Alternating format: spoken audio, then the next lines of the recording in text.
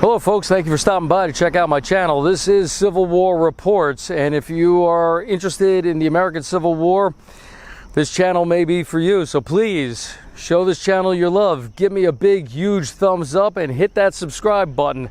Today I am back on the Gettysburg battlefield, and I'm going to bring you another episode about the Battle of Gettysburg.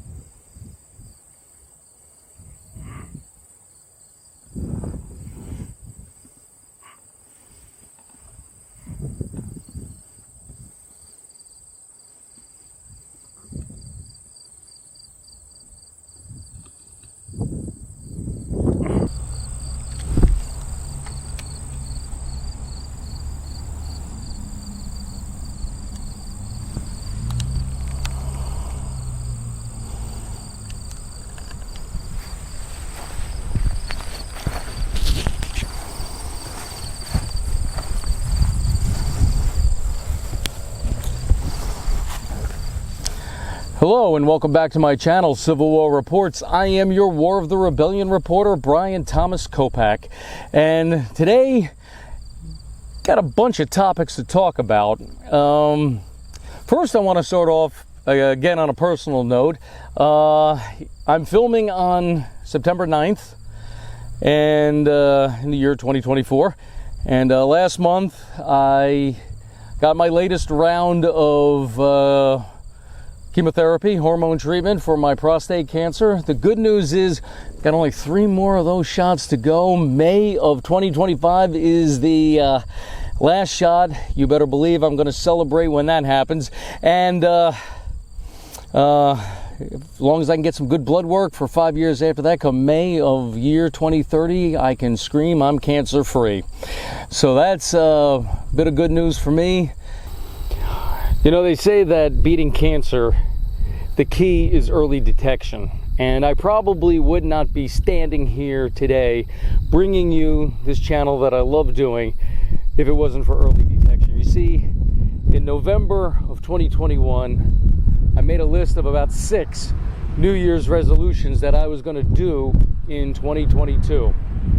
I never got past the first one because the very first thing on my list of New Year's resolutions was to get a routine annual physical before the month of January 2022 was over. And I did. And that's when they found out I was in the early stages of prostate cancer. And I got to tell you, catching cancer at stage 1, fighting it is bad enough. My heart bleeds for people who are fighting stage 3 and stage 4. So, ladies and gentlemen, when you get to a certain age, I'm talking about midlife, I know it's uncomfortable and maybe a little embarrassing, but get yourself screened. Get yourself tested. Men, prostate exams, colonoscopies. Ladies, mammograms, colonoscopies. Screen yourself. If not for yourself, but for your family members. And that is my public service announcement for today. Let's get on with today's episode. On a second note, I'm filming this, as I mentioned, on September 9th, 2024, which means we're 2 days away from September 11th. And, you know, it's hard to believe it's 23 years ago. And if you saw my last episode, talked about, you know, the area I grew up in and how that area influenced me into getting involved in history. I grew up in basically the New York City suburbs, and so I knew 2 gentlemen that I went to school with who passed away that day as a result of the terrorist attacks. One was a guy named Sean. For privacy for the family, I won't mention last names, but he worked in the Twin Towers, and from what I understand, he was working on the floor that basically the first plane hit. So he didn't really know what happened. I mean, he was probably killed instantly. And the other one was a gentleman also from my hometown of Blauvelt. Both these guys grew up with me in Blauvelt. He was a New York City fireman. We went to high school together, graduated the same year, and well, he died when the towers collapsed. And it's just amazing that you know, right after that, how close Americans became, and just 23 years later, how divisive we are now. And I hope that comes to an end. People often ask me, do I see parallels between today's society and the build-up to the American Civil War? Well, things are different now, and in many ways the issues are completely different. There are some similarities, but not exactly. But the major significant similarity is the fact that neither side now seems willing to even talk to the other side. That nobody's willing to just sit down, have a conversation, and try to iron out the differences. They'd rather scream and yell and name call, and it does spew over, I think, and we've seen violence in the streets, and let's hope that comes to an end real soon. Let's hope we can get back to where we can just talk to each other, have differences, but try to talk them out. Speaking of which, stick around to the end of this episode, because I promised last year that I was going to write to the presidential candidates as they get closer regarding the Confederate Monument issue, and I did do that, and I'll let you know about the responses I got at the end of this episode. So stick around to the end of this episode to see that. So right now I'm on the first day's battlefield here at Gettysburg. Basically in the area that Iverson's brigade met an unhappy welcome here at Gettysburg. I'm sitting next to the 88th Pennsylvania monument here, talking about how they ran out into Iverson's brigade after they got shot up pretty badly and captured 2 battle flags. But more importantly, behind me is the first topic we're going to be discussing today, is the observation tower here on Oak Hill. And about 2 weeks ago, from the time of this filming, it was vandalized. Somebody went up top of the observation tower and spray painted what appeared to be biblical saying. It's great to spread the word, but maybe not with permanent spray paint. I do have to give a big shout out to the Gettysburg National Military Park maintenance crew, who did a fine job covering that up. And I did earlier today call the park rangers, who unfortunately would not give me any update as to the investigation into who did that. Would not tell me if there's been an apprehension in regard to that vandalism. Also, at the same time, there was, or shortly thereafter, some vandalism done to a rock on Little Round Top. Somebody carved on these rocks, so they obviously took some time. But again, the National Park Services, park rangers, wouldn't give me any update on that. They told me to get in touch with their media person, who has yet to call me back. But speaking of Little Round Top, why don't we go there? Because Little Round Top was closed for about 1.5 years and just reopened recently. I have not been there yet, and I mean that sincerely. You know how some of these reporters will say, oh, I haven't been there, but they've really been there. I have not been there since they reopened. I've seen pictures of it, and I saw a short video clip of it. Looks good from what I've seen. Why don't we go there? Because that was also a site of some vandalism. And we'll take a look at what a Little Round Top looks like. That's a second part of this video episode that I wanted to talk about. And then we'll follow up with the letters I wrote to the presidential candidates, and I'll tell you what kind of responses I got. All right, folks, I am standing along Crawford Avenue down here in the Valley of Death, and there's Little Round Top, all of its glory. Don't know if you could see it or not, but it's reopened, and there are people up on that little hill. Now, as I mentioned, I have not been on Little Round Top since they reopened it. It was closed for pretty close to 1.5 years, as they did some much needed preservation work on it. And from the stories I read online, In the short little video clip I saw online, it's really nice up there. So let's get back in the car and go up this little but very famous hill. So as I mentioned, I was on Crawford Avenue and I turned onto Warren Avenue, and the first stop you come to as you're going up the hill is this placard. It's new. Okay, talks about how the Texas Brigade charged up as part of Round Top here.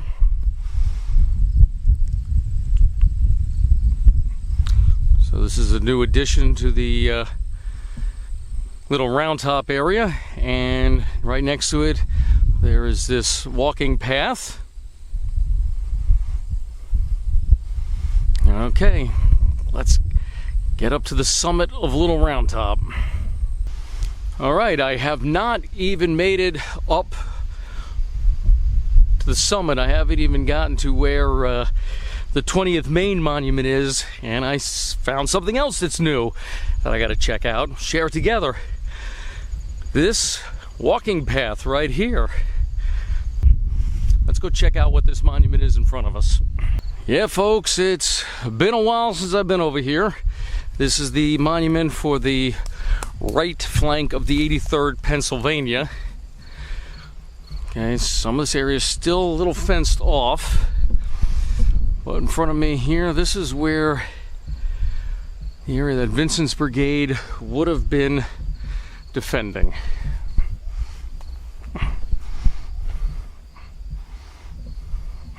Loyal viewers, I am now on the south side of Little Round Top in the area, and if you've watched the movie Gettysburg, I'm in the area where Colonel Chamberlain in the 20th Maine fought to hold Little Round Top and prevent it from falling into the hands of Colonel Oates in the 15th Alabama.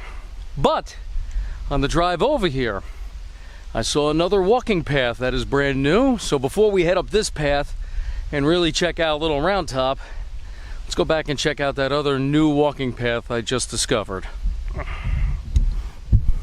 So after pulling out of that little parking area over there, my white Saturn was parked next to that blue car. I drove a little bit more up Warren Avenue and came to this walking path here.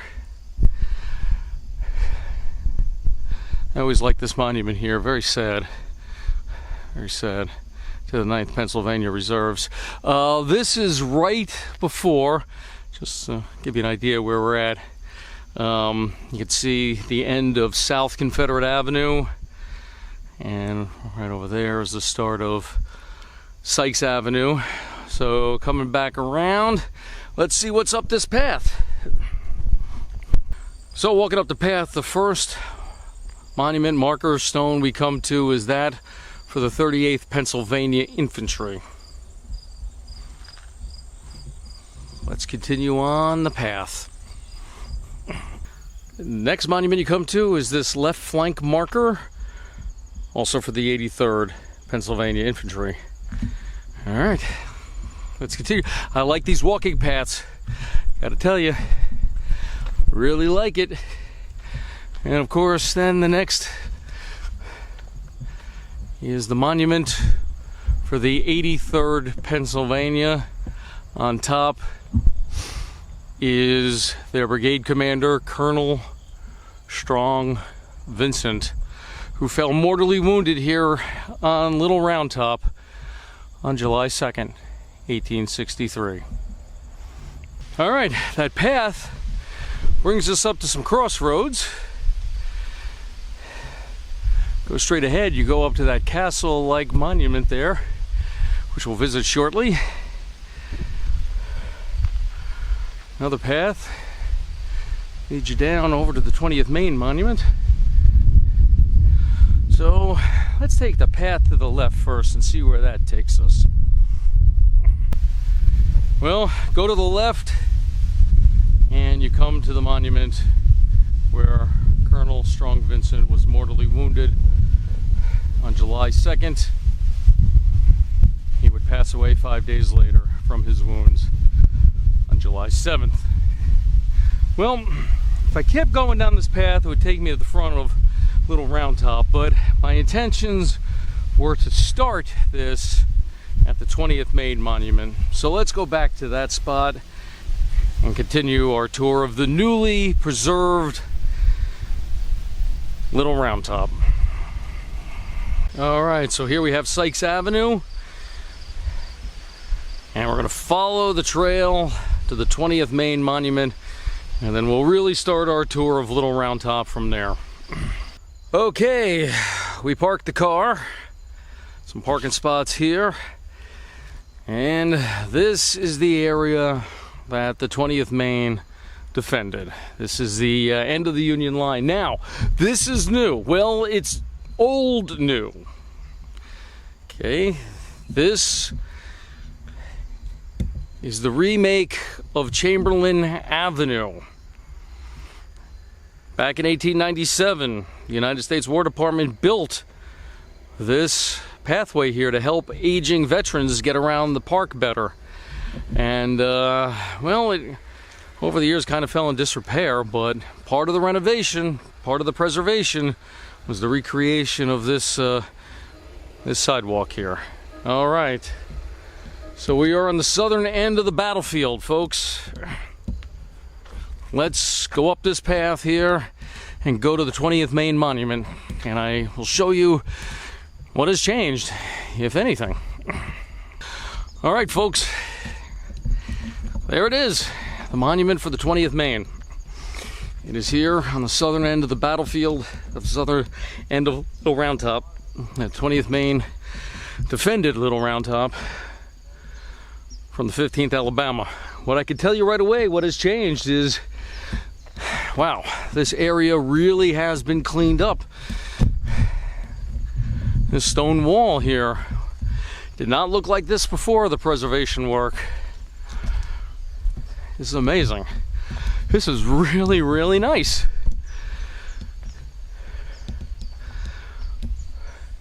All right, gotta hand it to our government. They really did a nice job here with this. It really does give you an indication that they did have a stone wall to defend Little Round Top against.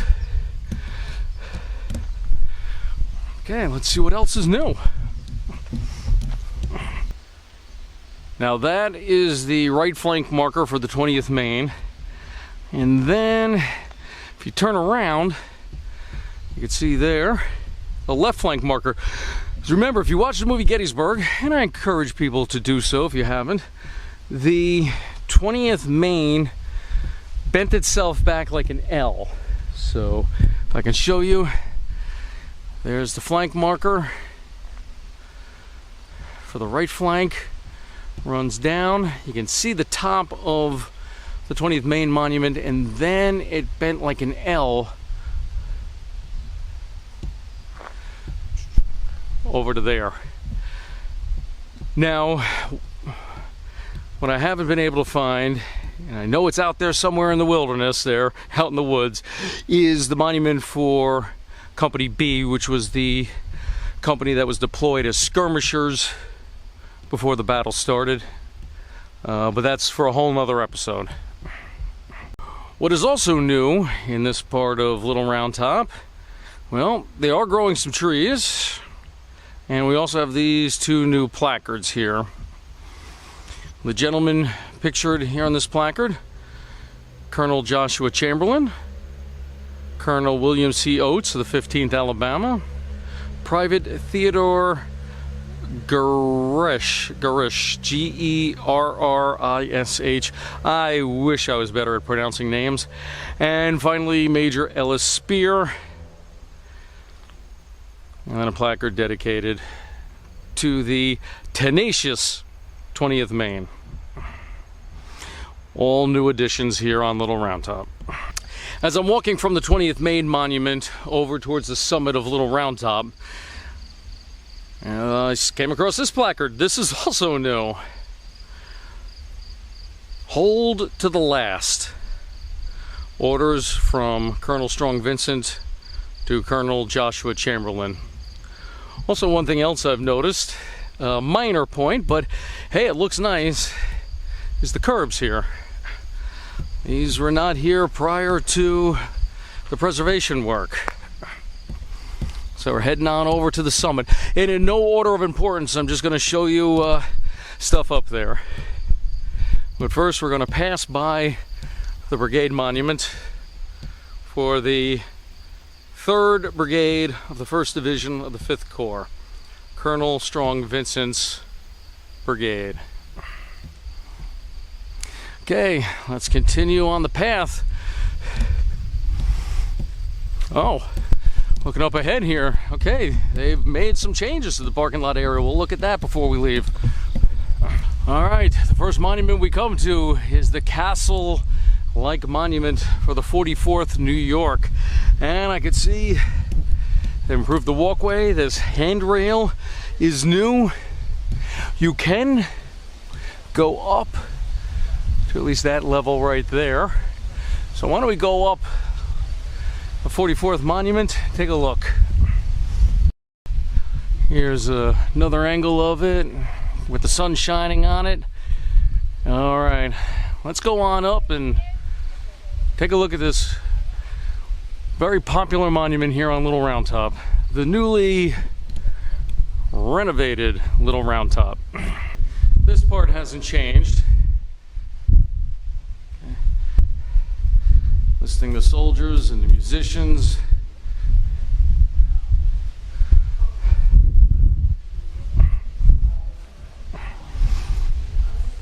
My history is correct, and I believe it is.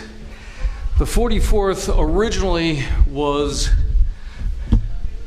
the 12th New York State Militia, which would explain why we have a placard in here for General Barlow, because he served in the 12th New York Militia, as well as Dan Butterfield.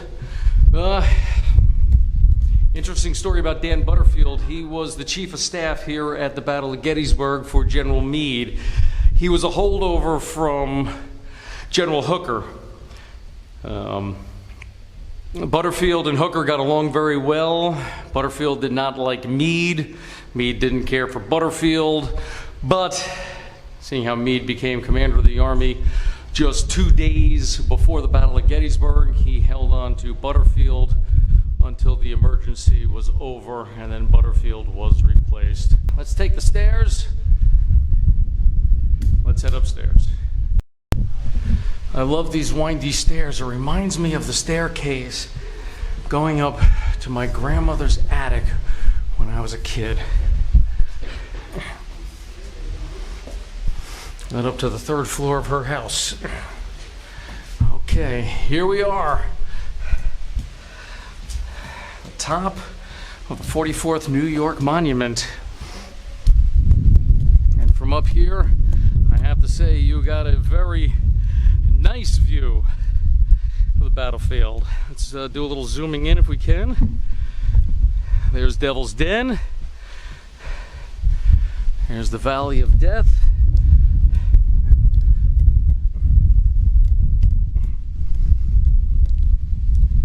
I highly recommend people coming on up here if you can handle those windy stone staircases. Got an incredible view of the battlefield. I almost think I could see my house from here, but no, you can't view the Cashtown area from here. Okay, but from here we can also see rock walls. This is all new. Okay. Also, I noticed there's a new placard down here. As I mentioned, the handrail is all new. You got pathways leading to monuments that in the past people rarely visited. All right, I have to say, the government did a really good job on this preservation work. Looks great. Loving what I'm seeing so far. The monument for Colonel O'Rourke, 140th New York Infantry. Yeah, not much has changed here. Just good to see him again. Okay, we got some new placards here. Alright, I gotta tell you, I really like what they've done up here. Made some nice walking paths.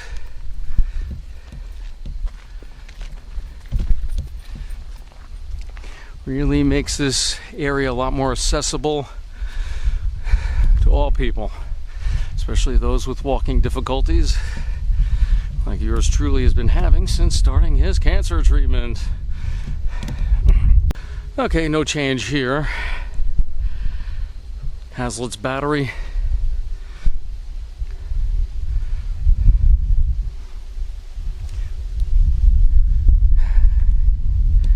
Can't believe soldiers on the Confederate side tried to scale this. I've walked up this face of Little Round Top only a few times in my life, in my younger days, and it's not easy to do, especially in the summertime with heat and people shooting at you. Of course, when I walked up, I didn't have people shooting at me. This is new here. Dan Sickles, and here's a photograph of his leg that got shattered here at Gettysburg. Yeah, they've added quite a few of these placards to help tell the story of the battle here at Little Round Top. I gotta say, they did a really fine job. Took a year and a half. That's okay. Obviously, this was worth the wait. And folks, here's another new placard talking about the Little Rocky Hill, and it's only a stone's throw from General Gouverneur K. Warren. Let's go over and say hi to the General. It's been a while. All right, long time no see, General Warren. It's good to see you again. Got to tell you, the government did a really nice job taking care of this. All right, let's go check out the parking lot, because this is pretty much going to conclude our visit to the newly preserved Little Round Top. Parking lot will be the last visit, because from what I could see from the summit here, they did some nice things out in that parking lot. I did not even make it to the parking lot before I noticed these two new big placards here, telling you the story of Little Round Top. Like I said, folks, this is the first time I've been on Little Round Top since they reopened it, and yeah, I'm very happy. Very happy what they did to Little Round Top here. All right, folks, this is what I could see from the summit of Little Round Top. This is all new. This stone wall and railing looks really, really nice. I got to tell you, impressed. I'm really impressed with what they did here at Little Round Top. They've always had parking along here. Just repaved the road. Can't wait to park my Saturn over here. I love my Saturn S series. I'm on my fourth one. The other car I love is the Chevy Camaro. Well, I hope you enjoyed this little walk around the newly preserved and renovated Little Round Top. Again, this was my first time here. I did not come and preview it, so I knew what to show you. This literally was our first time on the new Round Top together. I was not able to locate the rock that was vandalized. I even asked two tour guides. None of them seemed to know where it was. And the reason why I wanted to show it to you was that perhaps you and I and everybody that watches this, you know, can work together to try to find the vandals, apprehend them, and bring them to justice. So what I'm going to ask of you is the same thing that I've been doing, is keep your eyes open on the internet. People who do this type of things sometimes like to brag about it, and maybe one of us will find a thread or something online in which the perpetrators of these vandalisms will announce themselves, and thus make it easier for us to bring them to justice. I will put the phone number for the park rangers And if you see anything, please contact them. All right, so that concludes our little trip around the new Little Round Top. I'm now going to tell you the responses I got to the letter I wrote to the presidential candidates about what they will do to protect Confederate Civil War history. Back in August of 2023, I stood in front of this monument here dedicated to the soldiers and sailors of the Confederacy here at the Gettysburg battlefield, and I talked about an update on the Confederate Monument in Section 16 of Arlington National Cemetery. And it was at that time that I promised you folks that as the presidential campaign heated up and got closer to Election Day, I would write to the major candidates and ask what their position was on Confederate monuments, if they would stop the trend of dismantling Confederate monuments, and if they would do anything to help bring back monuments that were already removed. It was a very short letter.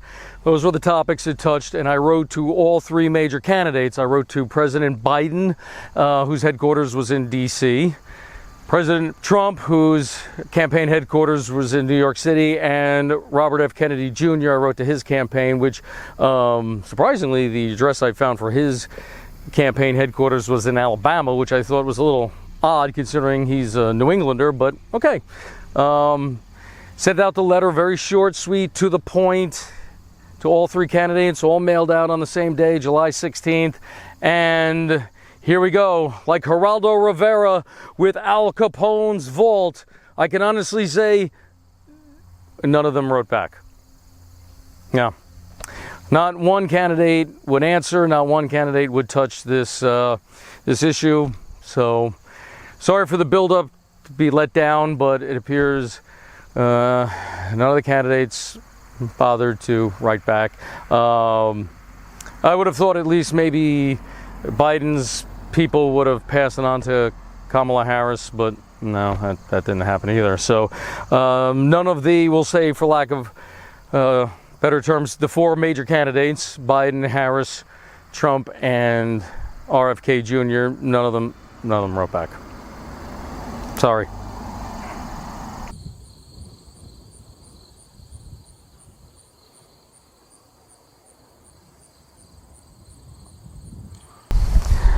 All right, folks, I'm standing in front of the Georgia State Monument here at the Gettysburg battlefield. You might remember one of my very first episodes, I was in front of this monument talking about how President Carter used the Gettysburg battlefield to help bring about peace in the Middle East during the Camp David peace accords with Egyptian President Anwar Sadat and Israeli Prime Minister Menachem Begin. Carter really wanted to bring about that peace treaty, and when tensions were running high, to help calm the situation, he brought those two leaders here to Gettysburg, and I'd like to think that that trip here helped, you know, ease tensions and bring about what has been since a lasting peace between Israel and Egypt. I also mentioned in that episode that I hoped President Carter would make it to 100 as a reward for using our battlefield to help bring about that peace. And as I mentioned, I'm filming this on September 9th, Monday, September 9th, 2024. President Carter, if he makes it, just a few more days, he will turn 100 on October 1st, 2024. Now, granted, he wasn't one of our better presidents. Some could even argue he wasn't even a good president. But my wish to him, because he used our battlefield to help bring about a lasting peace, that he makes it to 100. He would be the first former U.S. president to hit that magic number. So, President Carter, if you make it to 100, happy 100th. If you make it to October 1st, happy 100th. And you know my birthday will be later that month, but that's a whole nother story. For Civil War Reports, I am your War of the Rebellion reporter, Brian Thomas Kopak. Thank you for watching. And if you like what you saw today, please hit the subscribe button. Give a thumbs up. Also, notify your friends. Let them know about this channel and ask them to subscribe as well. If you like, you may leave a question or a comment below, and perhaps I will answer your question in a future episode of Civil War Reports. Until next time, please keep the history alive.